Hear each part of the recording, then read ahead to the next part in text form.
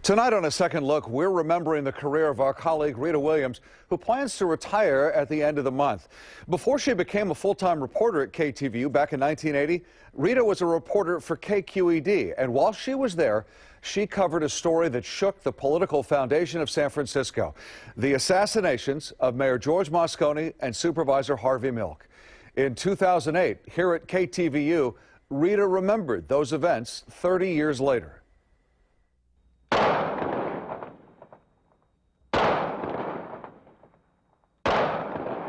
November 27, 1978, 30 years later, and the impact of the 9 gunshots is still being felt. Both Mayor Moscone and Supervisor Harvey Milk have been shot and killed. I took a look at me making that announcement, and I saw the eyes, and I thought, and I heard my voice, and I recognized for the first time I was in a state of shock. I remember it actually as if it were yesterday, and it was one of the hardest moments, if not the hardest moment of my life. It didn't seem to fit. Dan White, 32, the all-American boy, supervisor, former firefighter, police officer, now a killer. As Board of Supervisors president, Dianne Feinstein was a political mentor to White. But before the killings, while White was unraveling, Feinstein was out of the country. And because of that, she continues to carry a heavy burden. This was my first day back at work, and I still believe that if I could have been there for that 3 weeks, I could have stopped it. Now, who knows, Rita? Who knows? What we do know comes in part from White's confession tape and other physical evidence stored here in the police property room. Is this all that's left on this case? I got a rare look 20 years ago at what was left of the evidence in the case that changed San Francisco and its politics, with the police inspector who investigated the murder case, Frank Falzon. There were so many people that suffered such direct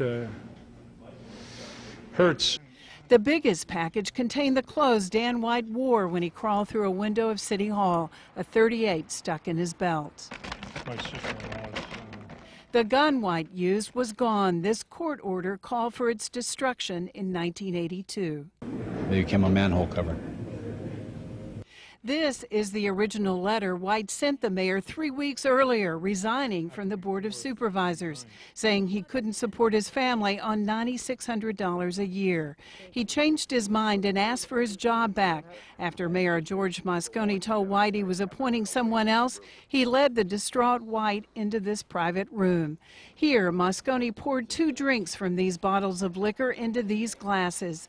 Then Moscone lit this cigarette as he tried to calm White, asking about his wife and son. It was just like a roaring in my ears, and then it just came to me, and then that was it. Then I just shot him. When Moscone's body was found, the cigarette was still burning. White then raced down the hall to Harvey Milk's office. I saw him come in, and I said, "Dan, can I talk to you?" And he went by. I opened the door. I found Harvey on his stomach.